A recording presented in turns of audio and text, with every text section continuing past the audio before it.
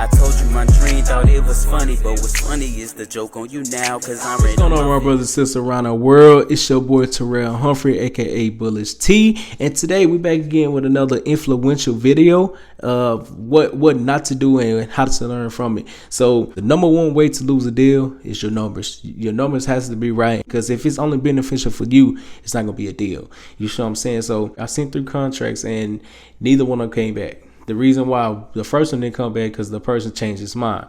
Okay, well, anything changes, come back to me. But for the second and third one, my numbers was too high. You see what I'm saying? It goes to number one way losing the deal is your numbers being too high. So like I said, it has to be beneficial to all parties, A to B, B to C, right? So with this particular property, the second property, I got under contract for 110. Right, I got on in contract for 110, and I tried to sell it for 120. I wasn't trying to sell it for like more than what it was.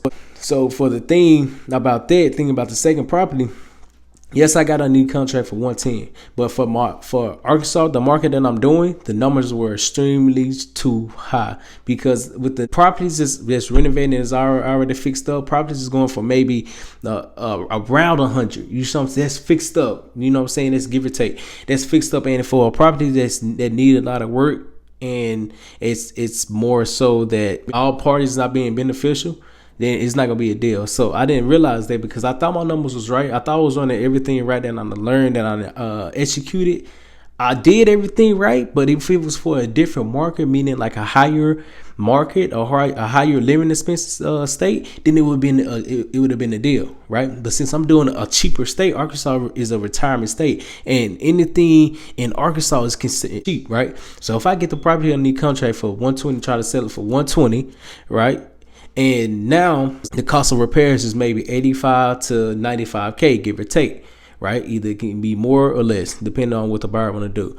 So now you got 120. Let's say 95K. You got 120 plus 95K, 215K, right? You got 215. Now you got to think about it. If you're the buyer in Arkansas, if you're the buyer, do you want to spend more than 100K to fix a property and put it back on the market? Come on now, that's extremely too high. So my business partner Kyle, he always think how the buyers is thinking. I used to tell him, man, you gotta stop doing that, because you don't know what they're gonna be trying to do with the woo. So it was wrong on my part, because I didn't necessarily know. I ain't never been in that situation.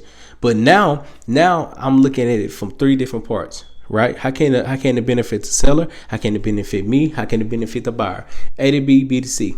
You see what I'm saying? So now how I lost the deal, like I said, it's 215, and the ARV was maybe 240, give or take. That's not making. They're not making no money.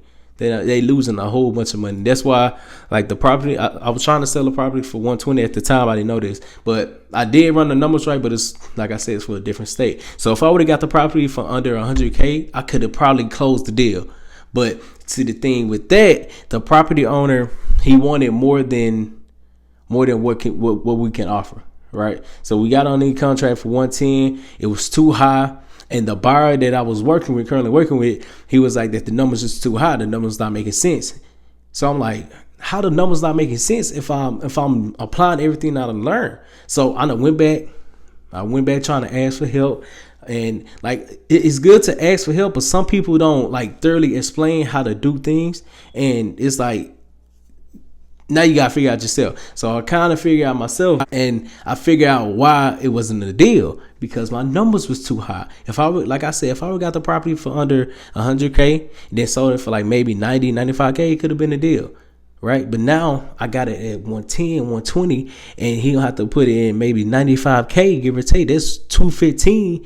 Them numbers are extremely high for a place that's a cheaper state. You see what I'm saying? So now I go back and think, how can I learn from this?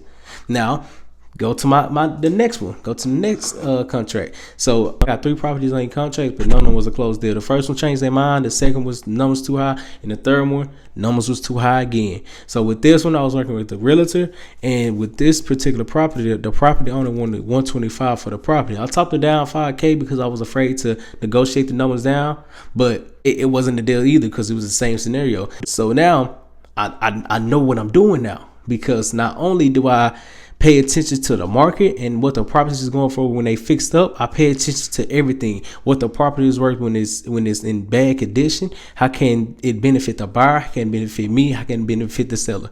You see what I'm saying? You getting a deal, you want to benefit all parties. Be beneficial to all parties, because it's not, you don't think about yourself. The more you think about yourself, the more it's not gonna be a deal. So always include A to B, B to C. Make it beneficial to them. You see what I'm saying? Don't give them the number that they ask for, because every price is negotiable. Every number, every property, everything that you do is negotiable. So don't be afraid to negotiate when it comes to talking numbers. See, I learned, don't be afraid to anchor low, because once you anchor low, you can work your way up to the number that you were trying to get.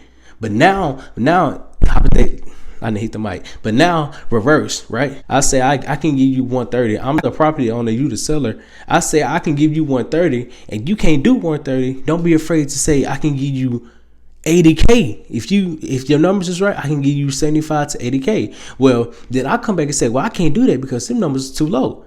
Now you can come up from that 75 to 80K. Now you can come up to the number that you want to be, right? Because once you anchor low, you can work your way up. Once you anchor high, you can't work your way back down, because a property owner already know, since you want to offer me this much, why is you going down? That's like with any type of negotiating, with cars, money, anything but deal with numbers, bro. You can negotiate because it's negotiable. Just don't be afraid to anchor low. Don't be afraid to anchor low, because once you anchor low, you can work your way up to the numbers that you're trying to get. I didn't know that my first 3 deals, because I was kind of hesitant. Because I'm still learning, and I don't know how to properly negotiate. It's nothing to it. I promise, it's nothing to it. Just take your time. If you need to, rehearse it, practice it. That's what I did. That's what I had to do to get used to it. And now that I'm used to it, I can have a thoroughly conversation with a property owner to get the numbers where I need them to be. And if they not, then I can refer them to someone who can benefit them more.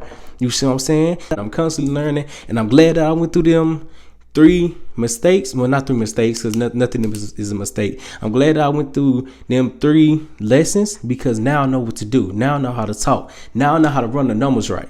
Now I know the market, right? See, all these things come in play when you kind of get comfortable with what you're doing.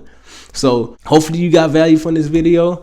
And as you can tell, like I'm extremely passionate about it. But if you can you like this video, subscribe to my channel, and comment section below. Let me know what all you want to hear. Let me know. And for the 5th like, if I can get 5 likes, for the 5th like, I'll cash app you $10.